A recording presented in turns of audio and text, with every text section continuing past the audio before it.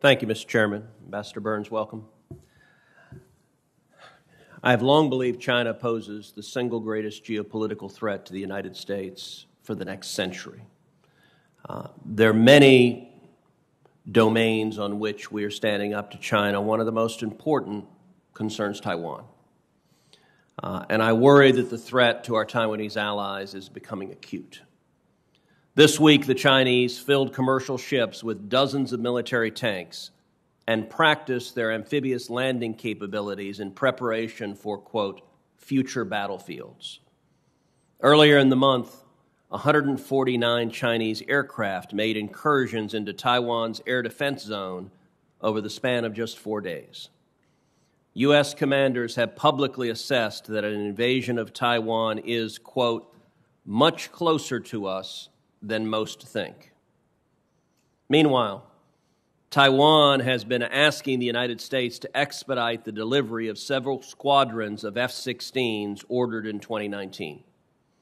I strongly believe we have to do more to get them what they need to defend themselves. And I want to ask you a couple of questions about that. Number one, how do you see the Chinese threat to Taiwan, and what should we be doing to deter that threat? Senator, thank you. It's a growing Chinese threat to Taiwan, attempts to bully and intimidate and to send these 149 aircraft into the air defense identification zone of Taiwan. And you combine that with the statements of the Chinese leadership, which are very aggressive and clear. We obviously have a self-interest, and under the Taiwan Relations Act, an obligation and commitment to help deepen our involvement in helping Taiwan to defend itself. And Congress and the executive branch, and we talked about this when we met in your office, have that authority and have that responsibility on the F-16 issue. The Biden administration has come forward with advanced howitzer sale of $750 million. I think a lot of experts believe that Taiwan needs a greater asymmetric defense capacity, needs to spend money in that to repel, as you say, the threat of an amphibious invasion or an airborne invasion, whatever the Chinese are thinking of. And I think that in the Taiwan Relations Act, it talks about the United States needing to make clear that its deterrent is in place, the power of our military in the Indo-Pacific, and our allies, of course, have to be part of this. So I think everyone here who's talked about Taiwan, and myself included, ought to be more concerned, because the Chinese clearly are on a different path than they were 30 or 20 years ago.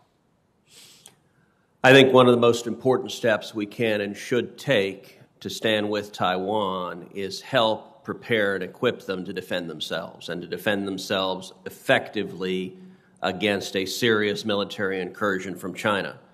I'm intending to introduce legislation, the Taiwan Arms Act, that raises Taiwan's status for arms sales to that of our closest allies and partners. It is important, and I look forward to working with my colleagues on this committee and other committees to see that it expeditiously becomes law. Let me turn to another aspect.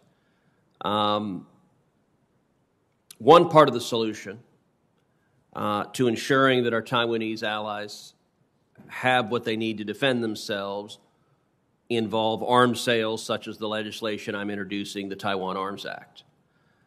Another component of it, however, derives from our current policy of strategic ambiguity towards Taiwan and towards Taiwan's status. And I'm concerned that that longstanding policy, and it's a policy that has existed across Democrat and Republican administrations, I'm concerned that it is undermining our efforts to bolster Taiwan.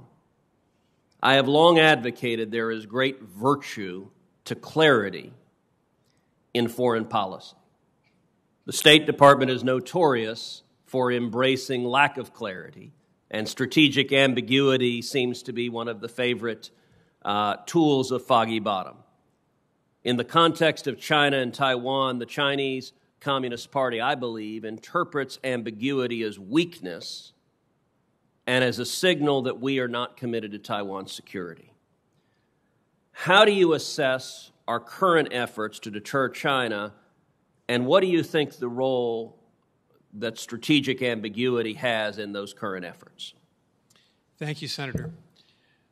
My own view, and this is also the view, of course, and more importantly of the Biden administration, is that the smartest and effective way for us to help deter aggressive actions by China, across the Taiwan Strait will be to stay with the policy that's been in place. And that's the Taiwan Relations Act, the three joint statements of 1972, 79, and 82, and President Reagan's 6 assurances of 1982.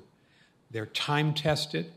They allow, under the Taiwan Relations Act, the executive and Congress to do more if you choose to do more, if both branches choose to do more, to help Taiwan defend itself. Clearly, there's a different situation. You're right about that. But this is a policy that can succeed if we execute it consistently and with some strength. And as I said before, and I don't mean to repeat myself, but I think maybe the most important thing we can do is maintain the American military position in Japan, in the Republic of Korea, and that first island chain, but also out to our Andersen Air Force Base in Guam, and to be an effective deterrent to keep the peace. That's also part of the Taiwan Relations Act, that the United States has a role, Japan has a role. And I think under the banner of or the umbrella of a one China policy, where we recognize the People's Republic as the sole legal government of China, that's been the policy since 1979, we also have this unofficial relationship with Taiwan, and we can exercise responsibilities within that context.